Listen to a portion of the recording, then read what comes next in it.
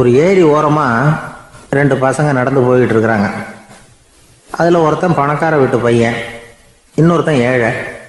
இவங்க ரெண்டு பேரும் போய்கிட்டு இருக்கிறாங்க. வழியில் ஒரு இடத்துல ஒரு ஜோடி செருப்பு இவங்க கண்ணில் படுது. ஒரு விவசாயி அந்த செருப்பை அங்கே விட்டுட்டு பக்கத்தில் இருந்த ஏரியில் கை காலை கழுவிட்டு இருக்கிறார். உடனே அந்த பணக்கார பையனுக்கு ஒரு ஐடியா. அவன் சொன்னானா, டேய், இப்போ ஒரு வேடிக்கை செய்யலாம். அந்த செருப்பு ரெண்டையும் தூக்கி எட்டத்தில் வீசி எரிஞ்சிருவோம். அந்த ஆள் வந்து பார்த்துட்டு செருப்பை தேடி அல்லாடுவான், அங்கேயும் இங்கேயும் ஓடுவான், திரு திருன்னு முழிப்பான். அதை பார்த்து நாம் ரசிக்கலாம், நல்ல தமாஷா இருக்கும் அப்படின்ட்டுருக்கான். இப்படி சொல்லிவிட்டு அந்த செருப்புகளை தூக்கத்துக்கு போனானா. கொஞ்சம் பொறு அப்படின்னானா அந்த ஏழை பையன். ஏன்னு கேட்டிருக்கான் அவன். இப்போ அந்த ஏழை பையன் சொன்னானா, நீ சொல்கிறது ஒன்றும் வேடிக்கை கிடையாது. உன்னோட செருப்பு தொலைஞ்சா உன் அப்பா உடனே உனக்கு வேறு செருப்பு வாங்கி கொடுத்துருவார். ஆனால் அந்த ஆளுக்கு இந்த செருப்பு தொலைஞ்சதுன்னா வேறு புதுசாக வாங்கிறதுக்கு வாயையும் வயத்தையும் கட்டி பணத்தை சேர்க்க வேண்டியிருக்கும். அதனால் நான் ஒரு வேடிக்கை சொல்கிறேன், அது மாதிரி செய், அது இன்னமும் தமாஷா இருக்கும் அப்படின்னானா. எப்படி அது சொல்லுன்றிருக்கான் அவன். செருப்பு ரெண்டும் அது இருக்கிற இடத்துலையே இருக்கட்டும். உன் சட்டை பையிலிருந்து ஒரே ஒரு ரூபா நாணயத்தை எடு. அதை அந்த செருப்பு மேலே அதோட குதிகால் பகுதியில் வச்சுட்டு நாம் ரெண்டு பேரும் அந்த மரத்துக்கு பின்னாடி ஓடி போய் மறைஞ்சு நின்றுக்குவோம். அப்புறம் பாரு வேடிக்கையே அப்படின்னா. அதே மாதிரி ரூபா காசு செருப்பு மேலே வச்சுட்டு இவங்க ரெண்டு பேரும் மறைஞ்சு நின்றுக்கிட்டாங்க. கொஞ்ச நேரத்தில் அந்த விவசாயி வந்தார். காலில் உள்ள மண்ணை தட்டிவிட்டு செருப்பை மாட்டுறதுக்காக போனார். அங்கேருந்து காசு கண்ணில் போட்டுவிட்டுது. அவருக்கு ஆச்சரியமாக போச்சு. அதை கையில் எடுத்து பார்க்குறார். 4 பக்கமும் திரும்பி திரும்பி பார்க்குறார், யார் இதை வச்சுருப்பான்னு. கடைசியில் ஆகாயத்தை பார்க்குறார். ஆண்டவா, இது உன்னோட கருணை தான். நீ தான் யாரோ புண்ணியவான் மனசில் தர்மம் பண்ணுற எண்ணத்தை உண்டாக்கி இருக்கிற. அந்த புண்ணியவான் நல்லா இருக்கணும் அப்படின்னு வாழ்த்தி அந்த காசை கண்ணில் ஊற்றிக்கிட்டாரான். மறைஞ்சிருந்து பார்த்துக்கிட்டு இருந்த ஏழை பையன் இப்படி சொன்னான், பாத்தியா, உன்னை புண்ணியவான்னு வாழ்த்தி விட்டு போகிறார் அந்த ஆள். அவருக்கும் சந்தோஷம், அதை பார்த்து நமக்கும் சந்தோஷம். உனக்கு ரூபாங்கிறது ஒரு பெரிய விஷயம் இல்லை, ஆனால் அதனால் நமக்கு கிடைச்சிருக்கிற மகிழ்ச்சி ரொம்ப உயர்வானது அப்படின்னு நானா. வேடிக்கையும் கிண்டலும் இது மாதிரி அடுத்தவங்களுக்கு இடைஞ்சலாக இல்லாமல் இருக்கணும் அப்படிங்கிறார் கலைவாணர். ஆனால் பாருங்கள், அவருக்கே இடைஞ்சலாக வர்ற விஷயங்களை கூட அவர் வேடிக்கையாக தான் எடுத்துக்கிட்டாராம். ஒரு தடவை ஒருத்தர் கலைவாணர்கிட்ட வந்து, ஐயா, என் குழந்தை செத்து போச்சு அப்படின்னு சொல்லி அழுதாராம். உடனே இவர் அவருக்கு 100 ரூபா பணத்தை கொடுத்து, இந்தாங்க அடக்கம் செய்யுங்க அப்படின்னு சொல்லி அனுப்பி வச்சாராம். 1 வருஷம் கழித்து மறுபடியும் அதே ஆள் வந்திருக்கார். இவர் மறந்துருப்பாருங்கிற நினைப்புல, அண்ணே, என் குழந்தை இறந்து போச்சுண்ணே அப்படின்னாராம். இவர் மறுபடியும் 100 ரூபா கொடுத்து ஆறுதல் சொல்லி அனுப்பி வச்சாராம்.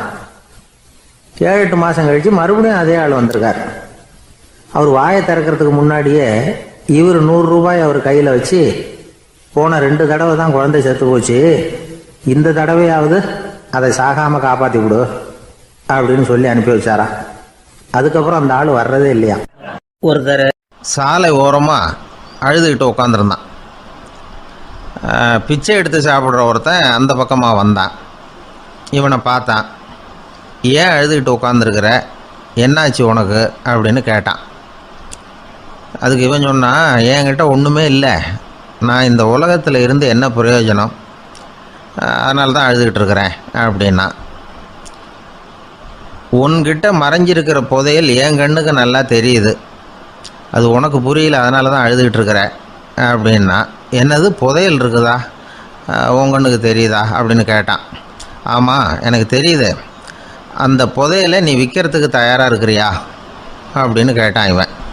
இதை கேட்டதும் அந்த இளைஞனுக்கு ரொம்ப ஆச்சரியமாக போச்சு. என்னது இப்படி கேட்குறானே அப்படின்னு.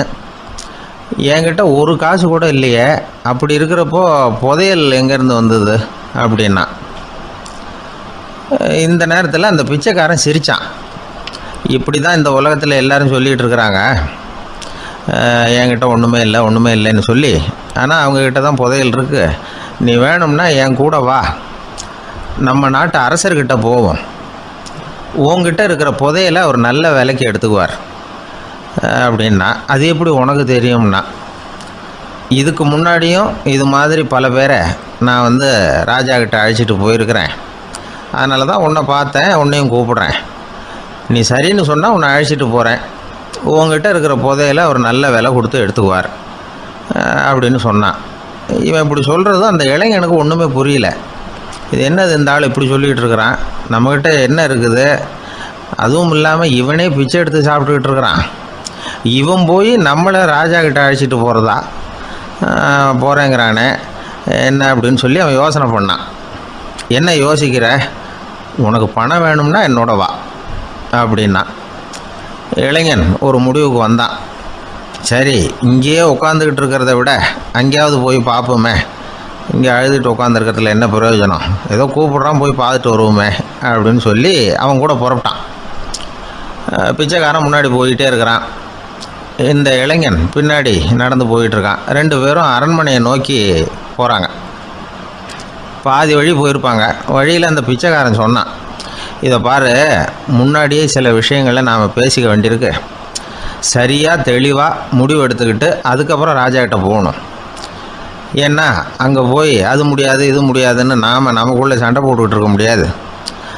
ராஜாவுக்கு விலையை பற்றி கவலையே இல்லை, எவ்வளவு சொன்னாலும் நமக்கு பணம் கிடச்சிரும். ஆனால் அதுக்கப்புறம் நான் இதை விற்கிறதுக்கு தயாராக இல்லைன்னு சொல்லிடக்கூடாது. அதனால் புதையலை விற்கிறதா இல்லையாங்கிறத இங்கேயே தெளிவாக முடிவு செஞ்சுக்கணும்.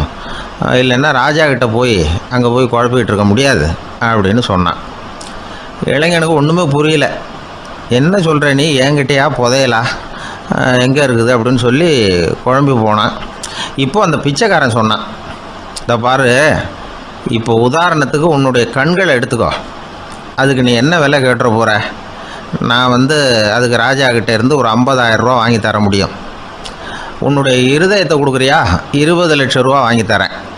மூளையை கொடுக்குறியா, 30 லட்சம் வாங்கி தரேன். என்ன சொல்கிற அப்படின்னு சொல்லி இந்த பிச்சைக்காரன் பேசிக்கிட்டே போகிறான். இளைஞனுக்கு கோபம் வந்துட்டுது. என்ன உளர்ற, உனக்கு என்ன பைத்தியமா? கண்ணையும் மூளையையும் இருதயத்தையுமா விற்பாங்க? என்ன விலை கொடுத்தாலும் அதையெல்லாம் நான் விற்கிறதுக்கு தயாராக இல்லை, நான் விற்க மாட்டேன். அதை கொடுத்துட்டு நான் என்ன பண்ணுறது? இப்படி நான் மட்டும் இல்லை, யாருமே இதை விற்கிறதுக்கு தயாராக இருக்க மாட்டாங்க அப்படின்னு சொன்னான் அந்த இளைஞன். இவன் இப்படி சொன்னதும் அந்த பிச்சைக்காரன் வாய் விட்டு சிரிக்க ஆரம்பிச்சுட்டான். இப்போ பைத்தியமானது நானா நீயா? லட்சக்கணக்கான கோடிக்கணக்கான ரூபாய் பொறுமானம் உள்ள பொருள்களை உங்ககிட்டயே வச்சுக்கிட்டு விற்க முடியாதுன்னு சொல்கிற நீ தான் ஏழை. என்கிட்ட ஒன்றுமே இல்லைன்னு மரத்தடியில் உட்காந்து அழுதுகிட்டு இருக்கிறியே அப்படின்னு சொன்னான். இன்றைக்கி பார்த்திங்கன்னா பல பேர் தன்கிட்ட புதைஞ்சிருக்கிற ஆற்றலை புரிஞ்சிக்க முடியாமல் அவதிப்பட்டுக்கிட்டு இருக்கிறாங்க. நம்மக்கிட்ட என்ன இருக்குங்கிறது அவங்களுக்கு தெரியறதில்ல. அதனால தான் என்கிட்ட ஒன்றுமே இல்லைன்னு சொல்லி அழுதுகிட்டு இருக்கிறாங்க. இதை விளங்க வைக்கிறதுக்கு பெரியவங்க சொல்கிற கதை இது. நம்மக்கிட்ட இருக்கிற புதையலை நாம் தான் தோண்டி எடுக்கணும். உண்மையான புதையலுங்கிறது உள்ளே இருக்குது, ஆனால் அதை வெளியில் தேடுற ஆசாமிகள் தான் அதிகம். சராசரி மனித இயல்பு அப்படி. நம்மக்கிட்ட விலை மதிக்க முடியாத பகுத்தறிவு இருக்குது, அதை வச்சுக்கிட்டு வாழ்க்கையில் முன்னேறத்துக்கு முயற்சி பண்ணணும். என்கிட்ட ஒன்றுமே இல்லைன்னு நினச்சி ஓரமாக உட்காந்துடக்கூடாது. முயற்சி செஞ்சால் முடியாத காரியம் எதுவுமே இல்லை. ஒரு ரயில்வே ஸ்டேஷன் பக்கம் வெளியில் ஒரு டாக்ஸி நின்றுக்கிட்டு இருந்தது. அந்த பக்கமாக வந்த ஒருத்தர் டாக்ஸி டிரைவரை பார்த்து சொன்னார், ஐயா, உங்கள் வண்டியில் பின் சீட்டில் ஒரு மணி பர்ஸு கிடக்கு, யாரோ மறந்து விட்டுட்டு போயிருக்கிறாங்க அப்படின்னார். இல்லை இல்லை, அது காலி பர்ஸு தான், நான் தான் அதை அங்கே போட்டு வச்சுருக்கிறேன்னார் டிரைவர். ஏன்னு கேட்டார் அவர். இதுக்கு டிரைவர் சொன்னார், அதை பார்க்குற யாராவது அதை எடுத்துக்கலாம்ங்கிற ஆசையிலையாவது சவாரிக்கு வருவாங்க, அதுக்காக தான் போட்டு வச்சுருக்கிறேன் அப்படின்னார். ஒரு கடைக்கு போனேன், 5 ரூபா பணத்தை எடுத்து கொடுத்தேன். ஒரு தினசரி பத்திரிக்கையை கேட்டேன். அவர் உடனே அங்கே அடுக்கி வச்சுருந்த பத்திரிகையில் ஒன்று எடுத்து என் கையில் கொடுத்தார், வாங்கிக்கிட்டேன். மீதி பணத்தை எடுத்தார், அதையும் என் கையில் கொடுக்கணும்ல, கொடுக்கல. எதிரில் இருந்த பலகையில் வச்சு எடுத்துக்க சொன்னார். எப்பவும் அவர் அப்படி தான் பண்ணுவார். நானும் எடுத்துக்கிட்டு வந்துடுவேன். இவர் ஏன் இப்படி பண்ணுறாருங்கிறது எனக்கு ரொம்ப நாளாக ஒரு சந்தேகம். ஒரு நாள் அவர்கிட்டயே இதை கேட்டுவிட்டேன், ஏங்க நீங்கள் உங்கள் கடைக்கு பொருள்கள் வாங்குறவங்களுக்கு நீங்கள் பாக்கி சில்லறையை கொடுக்குறப்போ பலகையில் வச்சு விட்றீங்க, கையில் கொடுக்க மாட்டேங்கிறீங்களே, ஏன் அப்படின்னு கேட்டேன். காசை கையில் கொடுத்தா நம்மக்கிட்ட இருக்கிற லட்சுமி போயிடுவா சார் அப்படின்னார். அதாவது பணம் செலவாயிடும் அப்படின்னு அர்த்தமா. இன்னொரு நண்பர், அவர் ஒரு நாள் வழக்கத்துக்கு மாறாக ரொம்ப சோகமாக உட்காந்துருக்கிறார். ஏங்க என்னாச்சு, ஏன் இப்படி கப்பலே கவிழ்ந்தது மாதிரி உட்காந்துருக்குறீங்க அப்படின்னு கேட்டேன். கப்பலே கவிழ்ந்திருந்தா கூட நான் இப்படி கவலைப்பட மாட்டேன் சார், வேற ஒன்று நடந்து போச்சுன்னார். என்னன்னு கேட்டேன். என் உச்சந்தலையில் பல்லி ஒன்று விழுந்துட்டுதுன்னார். அதுக்காகவா இப்படி அப்படின்னு ஆச்சரியப்பட்டேன். ஆமாங்க, பல்லி உச்சந்தலையில் விழுந்தால் பலன் என்னன்னு பஞ்சாங்கத்தில் பார்த்தேன், மரணம்னு போட்டிருக்கு அப்படின்னு சொல்லிவிட்டு அவர் தொடர்ந்து கவலைப்பட ஆரம்பிச்சிட்டார். இப்படியும் ஒருத்தர். என் கூட வேலை பார்க்குற ஒருத்தர் எப்படி தெரியுமா, தினமும் வலது காலை வச்சு தான் ஆஃபீஸுக்கு உள்ளே நுழைவார். என்னைக்காவது தவறுதலாக இடது காலை வச்சு உள்ளே வந்துட்டார்னா அன்னைக்கு பூரா மனசு சங்கடப்படுவார். எந்த வேலையும் சரியாக ஓடாது. கேரம் போர்டு ஆடுற ஒருத்தர் எப்போ ஆட உட்காந்தாலும் ஸ்ட்ரைக்கரை கை தவறி கீழே விழுற மாதிரி பண்ணி அதுக்கப்புறம் அதை எடுத்துக்கிட்டு ஆட உட்காருவார். ஏன்னா எப்போவோ ஒரு தடவை நிஜமாகவே அது கை தவறி கீழே விழுந்திருக்குது. அன்னைக்கு பிரமாதமாக ஜெயிச்சுட்டார். உடனே ஒரு முடிவுக்கு வந்துட்டார், கை தவறுனா லாபம் அப்படின்னு. அதுக்கப்புறம் அதையே பழக்கமாக்கிக்கிட்டார். பூனை குறுக்க போனால் சகனம் சரியில்லைன்னு நினைக்கிறவங்க உண்டு. ஆனால் ஒருத்தர் எப்படி தெரியுமா, அவர் வெளியில் கிளம்புற சமயம் பக்கத்து வீட்டு ரேடியோவில் மியாவ் மியாவ் பூனை குட்டின்னு பாட்டு சத்தம் கேட்டால் கூட போதும், சகனம் சரியில்லைன்னு பிரயாணத்தை கேன்சல் பண்ணிவிடுவார். இப்போ இவ்வளவும் எதுக்கு சொல்கிறோம்னா, அளவுக்கு மீறின சகுன நம்பிக்கைகள் இருக்குது பாருங்கள், இதோட பயமும் சேர்ந்துக்கிட்டதுன்னு வச்சுக்கோங்க, இது ஒருத்தருடைய மனநிலையை பாதிச்சிடும். இது உளவியல் நிபுணர்கள் சொல்கிற கருத்து. வாழ்க்கையே தடுமாற வச்சிரும். பாதுகாப்பு இல்லாத உணர்வு, ஒரு விதமான டிப்ரெஷன் மனநிலை, இதெல்லாம் தான் இதுக்கு காரணமாக அமையலாம். சில பேர் காய்கறி நறுக்க கத்தியை கையில் எடுத்தால் கூட நேரம் சரியாக இருக்கா அப்படின்னு பார்த்துட்டு தான் வேலையை ஆரம்பிக்கிறது வழக்கம். அறிவு தான் மனசுக்கு வாத்தியாராக இருக்கணும். அப்போ தான் வாழ்க்கை நிம்மதியாக இருக்கும். அறிவு மனசு சொல்கிறபடியெல்லாம் கேட்க ஆரம்பிச்சுட்டுதுன்னா இடைஞ்சல் தான். ஒருத்தருக்கு 7ஆம் நம்பர் தான் ராசியான நம்பராம். 7ஆம் தேதி தான் எந்த காரியத்தையும் ஆரம்பிப்பாராம். 7 எழுத்து வர்றது மாதிரி பேரை மாற்றி வச்சுக்கிட்டார். 7 மணிக்கு தான் தினமும் எழுந்திருப்பார். 7ஆம் நம்பர் வீட்டில் தான் குடியிருக்கார். கல்யாணம் கூட 7ஆம் தேதி தான் பண்ணிக்கிட்டார். அவர் ஒரு நாள் குதிரை பந்தயத்துக்கு போனாராம். குதிரையோட பேரையெல்லாம் பார்த்தார். ஒரு குதிரையோட பேர் 7 எழுத்தில் அமைஞ்சிருந்தது. 7 தானே இவருக்கு அதிர்ஷ்ட நம்பர். அதனால் உடனே அது பேரில் பணத்தை கட்டினார். பந்தயம் நடந்தது. என்ன சார் ஆச்சுன்னு கேட்டாங்க. நான் பணம் கட்டின அந்த என்னோட குதிரை 7ஆவதாக சேர்ந்தது சார் அப்படின்னாராம் சோகமாக. ஒரு அம்மா தெருவில் உட்காந்து என்னத்தையோ தேடிட்டு இருக்கிறாங்க. அந்த அம்மா ஒரு சூஃபி ஞானி. அவங்க பேர் என்னென்னா ரபியா அல் அடாவியா. அந்த அம்மாவுக்கு கண் கூட தெளிவாக தெரியாது.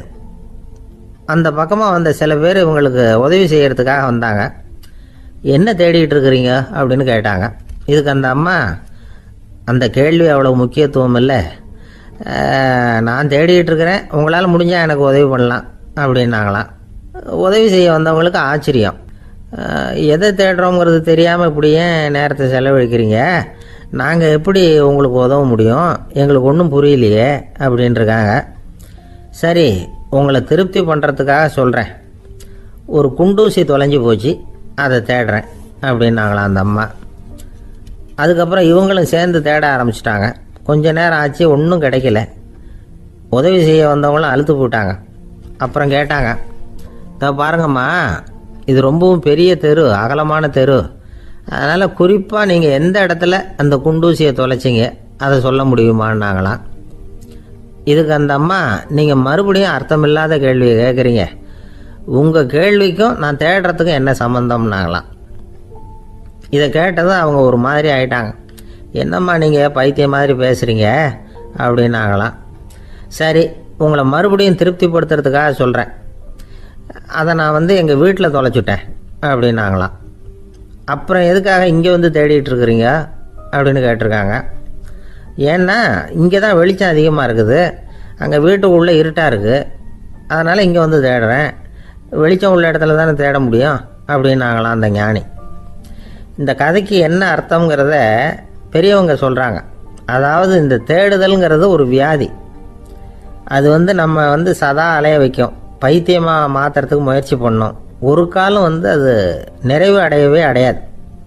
வாழ்வுங்கிறது ஒரு புரிந்து கொள்ள முடியாத சதா இயங்கி கொண்டிருக்கிற ஒரு செயல். அதுக்கு ஆரம்பமும் இல்லை, முடிவும் கிடையாது. எதையோ தேடணும் அப்படிங்கிற உந்துதல் நமக்குள்ளே இருக்கும். ஆனால் குறிப்பாக எதை தேடிட்டு இருக்கிறோம் அப்படிங்கிறது புரியாது. அப்படி ஏதாவது ஒன்றை தேடி அடைஞ்சிடுறோம்னு வச்சுக்கோங்க, உடனே ஒரு அதிருப்தி வந்துடும். அதனால் வாழ்க்கைங்கிறது சலிப்பு நிறைந்தது அப்படிங்கிற எண்ணத்தை உண்டாக்கிக்கிறோம். ஒன்று அடைஞ்சதுக்கு அப்புறம் இன்னொன்று தேட ஆரம்பிச்சிருவோம். ஆக இந்த தேடல்ங்கிறது நாம் ஒன்று அடைஞ்சாலும் அடையாவிட்டாலும் தொடர்ந்து நடந்துக்கிட்டு தான் இருக்கும். இதுக்கு முடிவே கிடையாது. இந்த உண்மையை நாம் நல்லா புரிஞ்சுக்கணும் அப்படிங்கிறது பெரியவங்களுடைய கருத்து. ஏழையும் தேடுறான், பணக்காரனும் தேடுறான், நோயாளியும் தேடுறான், நோய் இல்லாதவனும் தேடுறான், அதிகாரம் உள்ளவனும் தேடுறான், அதிகாரம் இல்லாதவனும் தேடுறான், முட்டாளும் தேடுறான், அறிவாளியும் தேடுறான். ஆனால் யாரும் இதை தான் தேடி சாதிக்க போகிறோம், இதுதான் முடிவு அப்படின்னு திட்டவட்டமாக சொன்னதில்லை. ஒன்று அடைஞ்சதும் இன்னொன்று தேட ஆரம்பிச்சிடுறாங்க, அவ்வளோதான். அதாவது உங்களின் தேடுபவர் உங்கள் உள்ளே தான் இருக்கிறார், அவரை தேடி கண்டுபிடியுங்கள். இதுதான் ஞானிகள் நமக்கு சொல்லுகிற ஒரு ஆலோசனை. நம்மால் ஒருத்தன் ஜெயிலில் இருந்தான். இன்னொரு கைதி அவனை பார்த்து கேட்டான், ஏன்பா உன்னை பார்க்குறதுக்கு வெளியிலேருந்து யாருமே இங்கே வர்றது இல்லையே, உனக்கு சொந்தக்காரங்களே கிடையாதா அப்படின்னு கேட்டானா. ஏன் இல்லை, எனக்கு சொந்தக்காரங்க நிறைய பேர் உண்டு, அவங்க என்னை பார்க்க வராததுக்கு காரணம் வேற அப்படின்ட்டுருக்கான் இவன். என்ன காரணம்னு கேட்டான் அவன். அதுக்கு இவன் சொன்னானா, அதுக்கு என்ன காரணம்னா அவங்க எல்லாரும் இங்கே உள்ளேயே இருக்கிறாங்க அப்படின்னானா. ஒருத்தன் எப்படி நடந்துக்கிறாங்கிறத வச்சு தான் அந்த ஆள் எப்படிங்கிறத நாம் முடிவு பண்ணுறோம். ஆளுமைன்னு சொல்கிறோம்ல, அதுக்கு சூழ்நிலைகளை ஆளுகின்ற தன்மை அப்படின்னு விளக்கம் கொடுக்குறார் ஒரு உளவியல் நிபுணர். சரி, ஒரு மனிதனுடைய ஆளுமையை உருவாக்குகிற விஷயங்கள் என்னென்ன? பிறப்பு, வளர்க்கப்பட்ட விதம், படிப்பு, நண்பர்கள், சமுதாயம், இப்படி நிறைய உண்டு. ஆளுமையின் அடிப்படையில் சில மனநோய்கள் உண்டாகுது. அதெல்லாம் என்னென்னங்கிறத தெரிஞ்சு வச்சுக்கிட்டோம்னா நம்ம கூட இருக்கிறவங்கள அடையாளம் கண்டுபிடிக்கிறதுக்கு அது ரொம்ப உபயோகமாக இருக்கும். ஃப்ரெனாய்டு ஆளுமை அப்படின்னு ஒன்று. இந்த கோளாறு உள்ளவங்க எப்படி இருப்பாங்க தெரியுமா? அதிக உணர்ச்சி, சந்தேகம், பொறாமை இதெல்லாம் அதிகமாக இருக்கும். வளைஞ்சு கொடுக்க மாட்டாங்க. அடுத்தவங்களோட இணக்கமான உறவு இருக்காது. அவங்க செய்கிற தப்புக்கெல்லாம் அடுத்தவங்களை குறை சொல்லிகிட்டு இருப்பாங்க. இது ஒரு ரகம். அடுத்தது ஸ்கிசாய்டு ஆளுமை அப்படின்னு சொல்கிறாங்க. இந்த கோளாறு உள்ளவங்க அடுத்தவங்களோட பழக கூச்சப்படுவாங்க. சின்ன வயசுலேயே இது ஆரம்பமாயிடுது. பகல் கனவுலேயே சஞ்சரிப்பாங்க. அவங்களுடைய விரோதம், கோபம் இதை கூட வெளியில் காட்டிக்க முடியாமல் இருப்பாங்க. இவங்களுக்கு அகமுகம், பிரச்சனைகள்லேருந்து ஒதுங்கி எதுலேயும் ஈடுபாடு இல்லாதவங்களாக இருப்பாங்க. இப்படி ஒரு ரகம். அடுத்தது சைக்ளோதமிக் ஆளுமை அப்படின்னு சொல்கிறாங்க. அது என்னென்னா உணர்ச்சிகளில் ஏற்றத்தாழ்வு அதிகமாக இருக்குமா. சில சமயம் பார்த்தா மகிழ்ச்சியாக இருப்பாங்க, சில சமயம் சோகமாக உட்காந்துருப்பாங்க.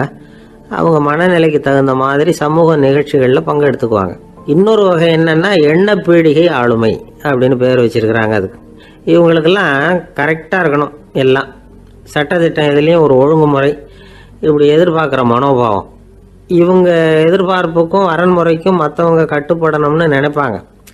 இந்த நிலைமை நீடிச்சா என்ன ஆகும் தெரியுமா? அலைக்கழிக்கிற எண்ணங்கள் திரும்ப திரும்ப ஒரே செயலை செய்ய தூண்டுற மன தளர்ச்சிக்கு ஆளாயிடுறாங்க. அடுத்தது ஹிஸ்டீரியா ஆளுமை. சின்ன விஷயத்தையெல்லாம் பெருசுப்படுத்தி நாடகமாக்குற நடிகர்கள் இவங்க. உணர்ச்சி அதிகம் உள்ளவங்க. இவங்க மன எழுச்சியில் பக்குவமின்மை, குழந்தைத்தனம், முதிர்ச்சியின்மை எல்லாம் இருக்கும். தன்னலம் மிக்க குணம். பிறர் தன்னை மட்டுமே கவனிக்கணும்னு நினச்சி செயல்படுறது, இதெல்லாம் இவங்க அடையாளம். அடுத்த ரகம் எப்படின்னா வளர்ச்சியற்ற ஆளுமைன்னு சொல்கிறாங்க.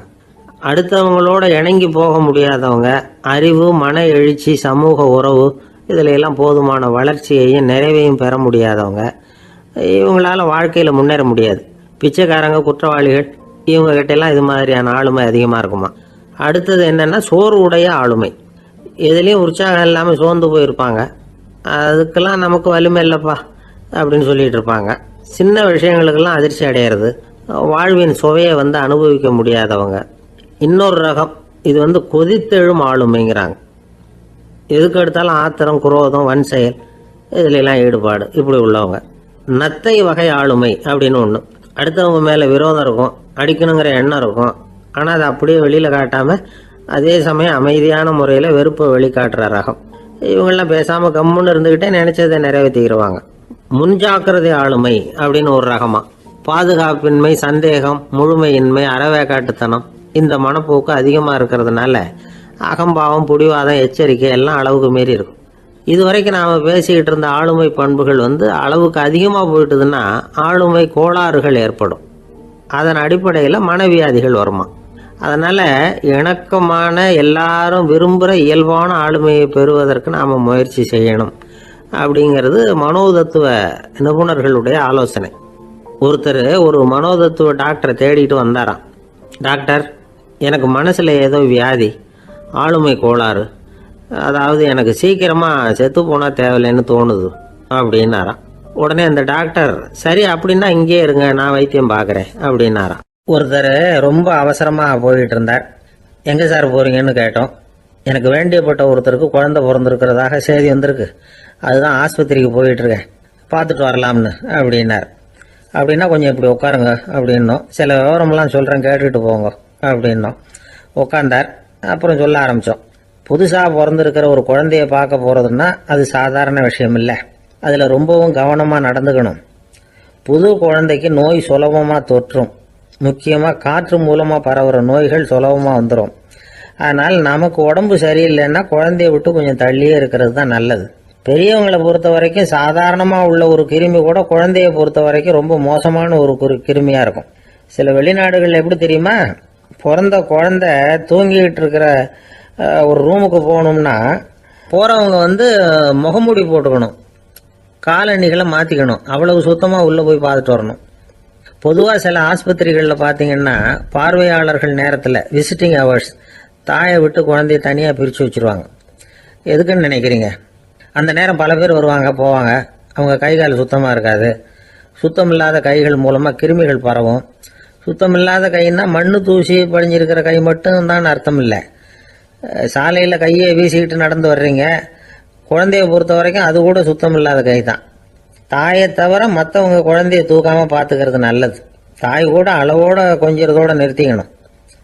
புதுசாக ஒரு குழந்தைய பெற்றிருக்கிற பொண்ணுக்கிட்ட மற்ற தாய்மார்கள் ஏதாவது சொல்லிக்கிட்டே இருப்பாங்க. குழந்தைய அப்படி வளர்க்கணும் இப்படி வளர்க்கணும் அப்படின்னு ஏதாவது அட்வைஸ் பண்ணிக்கிட்டே இருப்பாங்க. இப்படி ஓவராக அறிவுரை பண்ணுறது அந்த பொண்ணை குழப்பி விட்டுரும். அதனால் அப்படிலாம் பண்ணக்கூடாது. அந்த பெண்ணே ஏதாவது கேட்டால் கூட டாக்டர் சொல்ல வேண்டிய விவரங்களை எல்லாம் நாமே சொல்லிக்கிட்டு இருக்கக்கூடாது. புதுசாக பிறந்திருக்கிற குழந்தைய மட்டும்தான் இப்படி பார்க்கணும்னு இல்லை. ஒரு நோயாளி குழந்தைய பார்க்க போகிறதுனா கூட ரொம்ப எச்சரிக்கையாக தான் நடந்துக்கணும். ஒரு தின்பண்டமோ விளையாட்டு சாமானோ அந்த குழந்தைக்கு நாம் வாங்கிட்டு போகிறதா வச்சுக்குவோம். அதை நேராக கொண்டுகிட்டு போய் அந்த குழந்தைகிட்டே கொடுக்கக்கூடாது. அதோட அப்பா அம்மா கிட்ட ரகசியமாக கொடுக்கலாம். அவங்க முடிவு பண்ணட்டும் குழந்தைகிட்ட அதை கொடுக்கலாமா வேண்டாமாங்கிறத. அவங்களுக்கு தான் தெரியும் அதோட மனசும் உடம்பும். உங்கள் அக்கறையை காட்டுறதா நினச்சிக்கிட்டு குழந்தை வாயில் எதையும் கொண்டுட்டு போய் போடாதீங்க. போகிறப்போ உங்கள் வீட்டு குழந்தையும் அழைச்சிட்டு போகாதீங்க. இது நோயை வாங்கிட்டு வந்துடும், அல்லது புதுசாக ஒரு நோயை அதுக்கிட்ட கொடுத்துட்டு வந்துடும். என்னதான் உங்களுக்கு பழக்கமான குழந்தையா இருந்தால் கூட அதுக்கு விருப்பம் இல்லைன்னா பேசக்கூடாது. அங்கே போய் அவங்க பள்ளிக்கூடத்தை ஞாபகப்படுத்திட்டு இருக்கக்கூடாது. நோயில் இருக்கிறப்ப ஸ்கூலை பற்றி பேச அது விரும்பாது. ஆஸ்பத்திரியை விட்டு வெளியில் புறப்படுறப்போ குழந்தைகிட்ட சொல்லணும்னு அவசியம் இல்லை. அதோட அப்பா அம்மா கிட்ட சொல்லிவிட்டு புறப்பட்டா போதும், குழந்தை கோபிச்சிக்காது. சமூக சம்பிரதாயத்தை பற்றி அது கவலைப்படுறதில்லை. இப்படி எல்லா விவரமும் நம்ம எதிரில் உட்காந்துருந்தவங்க கிட்ட சொல்லி முடித்தோம். ரொம்ப நன்றி சார் அப்படின்னு சொல்லிவிட்டு அவர் புறப்பட்டார். குழந்தைங்க கொஞ்சம் வளர்கிற வரைக்கும் தான் நாம் எச்சரிக்கையாக இருக்கணும்னு இல்லை, வளர்ந்த பிறகு இன்னும் எச்சரிக்கையாக இருக்கணும். ஒரு பையன் பள்ளிக்கூடத்துலேருந்து திரும்பி வீட்டுக்கு வந்தான். முகம் பூரா நகத்தால் கீறி இருந்தது. அப்பா பார்த்து பயந்துட்டார். யாருடா உன்னை இப்படி பண்ணுது அப்படின்னார். என் கூட படிக்கிற இன்னொரு பையன். நாளைக்கு உன் கூட பள்ளிக்கூடத்துக்கு வர்றேன், நீ எனக்கு அவனை அடையாளம் காட்ட முடியுமான்னார். அது ரொம்ப சுலபம் நான் பையன். எப்படின்னார் அப்பா. அவன் காதில் ஒன்றை கையோடு எடுத்துகிட்டு வந்திருக்கிறேன், இதோ என் பையில தான் வச்சுருக்கேன் அப்படிங்கிறான் அந்த பையன். ஒருத்தர் சிகரெட்டும் கையுமா வந்தார். சார், இந்த புகைப்பிடிக்கிற பழக்கத்தை நிறுத்தி போடணும்னு தான் பார்க்குறேன், முடியலன்னார். புகைப்பிடிக்கிறத நிறுத்துறது ரொம்ப சுலபம் சார் அப்படின்னார் இன்னொருத்தர். எப்படி சொல்கிறீங்கன்னு கேட்டார் அவர். நான் கூட ஏற்கனவே 10 தடவை அந்த பழக்கத்தை நிறுத்தி இருக்கிறேன் சார் அப்படின்னார் இவர். இதுலேருந்து என்ன தெரியுது? புகைப்பழக்கத்தை திடீர்னு விட்டு விடுறதுங்கிறது ரொம்ப கஷ்டம்னு தெரியுது. இருந்தாலும் இது சம்பந்தமான ஆராய்ச்சி அனுபவம் இது ரெண்டையும் அடிப்படையாக வச்சு சில வழிமுறைகளை சொல்கிறாங்க. அதாவது புகைப்பிடிக்கிறத நிறுத்துறதுக்கு 10 வழிகள் உண்டு அப்படின்னு சொல்கிறாங்க. அது என்னங்கிறத தெரிஞ்சுக்கிட்டா உபயோகப்படுதான்னு பார்க்கலாமே. முதல் கருத்து என்னன்னா, கொஞ்ச நாளைக்கு புகைப்பிடிக்கிற நண்பர்களை விட்டு விலகி இருக்கணும். இதனால் புகைப்பிடிக்கிற ஆசை குறையும். அந்த பழக்கத்தை மறுபடியும் ஆரம்பிக்கப்படாதுங்கிற எண்ணம் உறுதிப்படும். ரெண்டாவது கருத்து, புகைப்பிடிக்கிறதை எதிர்த்து தீவிரமாக பிரச்சாரம் செய்ய ஆரம்பிச்சிடணும். அது அடுத்தவங்களுக்கும் உபயோகப்படும், உங்களுக்கும் உபயோகப்படும். உங்கள் உள்ளுணர்வை அது தூண்டும், உங்களை உறுதி கொள்ள வைக்கும். மூன்றாவது கருத்து என்னன்னா, தினமும் 2 தடவை குளிக்கணும். எப்படி தெரியுமா? முதல்ல வெது வெதுப்பான தண்ணீர், அப்புறம் குளிர்ந்த தண்ணீர், இப்படி மாறி மாறி குளிக்கணுமா. 4வது கருத்து, உடற்பயிற்சிகள் செய்யணும். மூச்சு வாங்குற மாதிரியான பயிற்சிகள் ரொம்ப நல்லதான். பிராணாயாமம் அப்படிங்கிற மூச்சு பயிற்சி ரொம்ப நல்லதுங்கிறாங்க. அப்புறம் 5வது கருத்து, சாப்பாடு மிதமாக இருக்கணும், சீராக இருக்கணும். பச்சை காய்கறிகள், பழங்கள் சாப்பாட்டில் சேர்த்துக்கலாம். அடிக்கடி கொஞ்சம் கொஞ்சமாக சாப்பிட்டு ரத்தத்தில் சர்க்கரையின் அளவை பராமரிக்கணும். இது நரம்புகளை அமைதிப்படுத்தும். 6வது கருத்து என்னன்னா, ரொம்ப நேரம் பசியோடு இருக்கக்கூடாது. புகைப்பிடிக்கிறத நிறுத்த முயற்சி செய்யும் பொழுது எடை குறைப்பு நடவடிக்கைகளை மேற்கொள்ளக்கூடாது. 7வது கருத்து, காப்பி, தேநீர், மதுபானம், அப்புறம் போதைப் பொருள்கள் கலந்த உணவுகள் இதெல்லாம் வேணாம். புகைப்பிடிக்கிறத அதெல்லாம் ஊக்கப்படுத்தும். கடுகு, மிளகு, அப்புறம் காரமான பொருள்களை தவிர்க்கணும். உப்பு அளவை குறைக்கணும். தினமும் 10 குவளை தண்ணீராவது குடிக்கணும். வெறும் தண்ணி புகைப்பிடிக்கிற ஆவலை தணிக்குதான். 8வது கருத்து, கையில் சிகரெட்டு, புகையில ஏதாவது இருந்தால் உடனே தூக்கி எறிஞ்சிருங்க. அது கையில் இருக்கிற வரைக்கும் புகைப்பிடிக்கிற ஆசை வந்துக்கிட்டே இருக்கும். 9வது கருத்து என்னன்னா, இறை நம்பிக்கை உள்ளவங்க புகைப்பிடிக்கிற எண்ணம் வர்றப்போவெல்லாம் பிரார்த்தனை செய்ய ஆரம்பிச்சுடலாம். 10வது கருத்து, உங்களுக்கு ரொம்பவும் வேண்டியவங்க யாரோ அவங்கக்கிட்ட எல்லாம் நீங்கள் புகைப்பிடிக்கிறத நிறுத்தி விட்டதா சொல்லிவிடுங்க. இந்த 10 வழிகளையும் கடைபிடிக்க ஆரம்பிச்சுட்டா புகைப்பிடிக்கும் பழக்கத்தை நிறுத்தி விடலாம் அப்படின்னு சொல்கிறாங்க அனுபவப்பட்டவங்க. முயற்சி பண்ணி பார்க்கலாம். ஒரு முக்கியமான இடத்துல நின்றுக்கிட்டு இருந்தார் ஒருத்தர். அங்கே இன்னொருத்தர், ஏன் சார் இந்த இடத்துல சிகரெட் பிடிக்கலாமா அப்படின்னு அனுமதி கேட்டார். இந்த இடத்துல சிகரெட் பிடிக்கக்கூடாதுங்க அப்படின்னாரு இவர். நீங்கள் இப்படி சொல்கிறீங்க, ஆனால் இந்த இடத்துல கீழே நிறைய சிகரெட் துண்டுகள் கிடக்குதே, அவங்கெல்லாம் யார்? அவங்கெல்லாம் உங்கள் மாதிரி என்கிட்ட அனுமதி கேட்காதவங்க அப்படின்னாராம் இவர். ஒரு தெருவில் சில சிறுவர்கள் விளையாடிக்கிட்டு இருந்தாங்க. ஏதோ ஒரு உயரமான கல்லை நடுத்தெருவில் வச்சு அதை சுற்றி சுற்றி ஓடி வந்துக்கிட்டு இருக்கிறாங்க. அது என்ன விளையாட்டோ அவங்களுக்கு தான் தெரியும். கொஞ்ச நேரம் அப்படி விளையாடிக்கிட்டு இருந்தவங்க விளையாடி முடிச்சதும் அந்த கல்லை நடுத்தெருவில் அப்படியே விட்டுட்டு அவங்கவுங்க வீட்டுக்கு ஓடி போட்டாங்க. அதுக்கப்புறம் அந்த வழியாக 2 பெண்கள் பேசிக்கிட்டே வந்தாங்க. பேச்சு சுவாரஸ்யத்தில் நடுத்தெருவில் இருந்த அந்த கல்லை கவனிக்கலை. காலில் இடிச்சுட்டுது, லேசாக ரத்தம் வந்துட்டுது, வலி தாங்கலை. காலில் இடிச்சுக்கிட்ட பொண்ணு திட்ட ஆரம்பிச்சுட்டுது. வர வர ஊர் உலகம் ரொம்ப கெட்டு போச்சு, யாருக்கும் பொறுப்பே கிடையாது பாரு, இப்படி நடுத்தருவில் பொறுப்பு இல்லாமல் இப்படி கல்லை போட்டு வச்சிருக்கிறாங்களே, இது நியாயமா அப்படின்னு சொல்லி இந்த சமூகத்தை கடுமையாக விமர்சனம் பண்ணிக்கிட்டு அவங்க போயிட்டாங்க. கொஞ்ச நேரம் கழித்து ஒரு வாலிபன் அந்த வழியாக வந்தான். அந்த கல்லை பார்த்தான், நின்னான், ஒரு நிமிஷம் யோசனை பண்ணான். என்ன பண்ணலாம்னு பார்த்தான். தன்னுடைய வீரத்தையும் பலத்தையும் காட்டணும்னு நினச்சான். பின்னாடி போனான். அப்புறம் வேகமாக ஓடி ஒரு சின்ன ஹை ஜம்ப் அப்படியே துள்ளி குதிச்சான். துள்ளி குதித்து தாண்டி அந்த பக்கமாக போய் விழுந்தான். அப்படியே விசில் அடிச்சுக்கிட்டு அவன் பாட்டுக்கு நடந்து போகிறான். அடுத்தபடியாக ஒரு காதல் ஜோடி அந்த வழியாக வந்தது. நடுத்தெருவில் கண்ணில் பட்டது. அவங்க 2 பேரும் ரொம்ப நெருக்கமாக சேர்ந்து வந்துக்கிட்டு இருக்கிறாங்க. நடுவில் கல் இருக்கிறதுனால கொஞ்ச நேரம் 2 பேரும் விலகி மறுபடியும் இந்த பக்கம் சேர்ந்து போகணும். கொஞ்ச நேரம் நாம் பிரிய வேண்டி இருக்குதே அப்படின்னு வருத்தத்தோட முணுமுணுத்துக்கிட்டே இந்த பக்கம் வந்தாங்க. அதுக்கப்புறம் வழக்கம் போல சேர்ந்து அவங்க பாட்டுக்கு எதிர்காலத்தை பற்றி கற்பனை பண்ணிக்கிட்டே போயிட்டாங்க. கடைசியாக அந்த வழியாக பார்வை இல்லாத ஒருத்தர் வந்துக்கிட்டு இருக்கார். அவர் கையில் வழக்கமாக வச்சிருக்கிற அந்த ஊன்றுகோல், கையில் இருக்கிற அந்த ஊன்றுகோலால் தனக்கு முன்னாடி அப்படியே அப்படியே தட்டிக்கிட்டு பார்த்துக்கிட்டே அவர் மெதுவாக நடந்து வந்துக்கிட்டு இருக்கிறார். வழியில் இருக்கிற அந்த கல் தட்டுப்பட்டுது. உடனே நடுத்தெருவில் ஒரு கல் இருக்குங்கிறத அவர் புரிஞ்சுக்கிட்டார். உடனே குனிஞ்சார். அந்த கல்லை தடவி பார்த்து எடுத்தார். தெரு ஓரமாக கொண்டுட்டு போய் போட்டார். அதுக்கப்புறம் அவர் பாட்டுக்கு அவர் வழியில் நடந்து போனார். இப்போ இதில் பல பேர் வந்தாங்க போனாங்க. இவங்களில் பார்வை உள்ளவங்க யார், பார்வை இல்லாதவங்க யார்? இப்படி ஒரு கேள்வி கேட்டால் என்ன பதில் சொல்ல முடியும்? கொஞ்சம் யோசிச்சு பார்த்தா இன்னைக்கு பல பேர் இப்படி தான் இருந்துகிட்டு இருக்கிறோம். ஒரு ஆள் பார்க்கறதுக்கு பெரிய மனுஷன் மாதிரி இருக்கார்.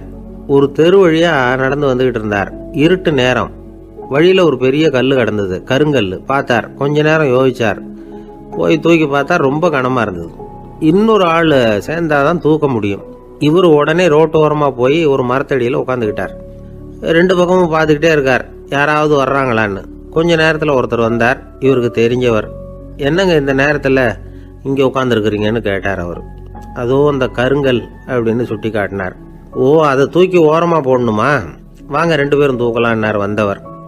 நான் அதுக்காக உட்காந்துருக்கலன்னார் இவர். பின்ன வேற எதுக்காகன்னார் அவர். ஒரு மனுஷன் கருங்கல்லில் காலை இடிச்சுக்கிட்டான்னா எப்படி துள்ளுவான்னு பார்க்கணுங்கிறது எனக்கு ரொம்ப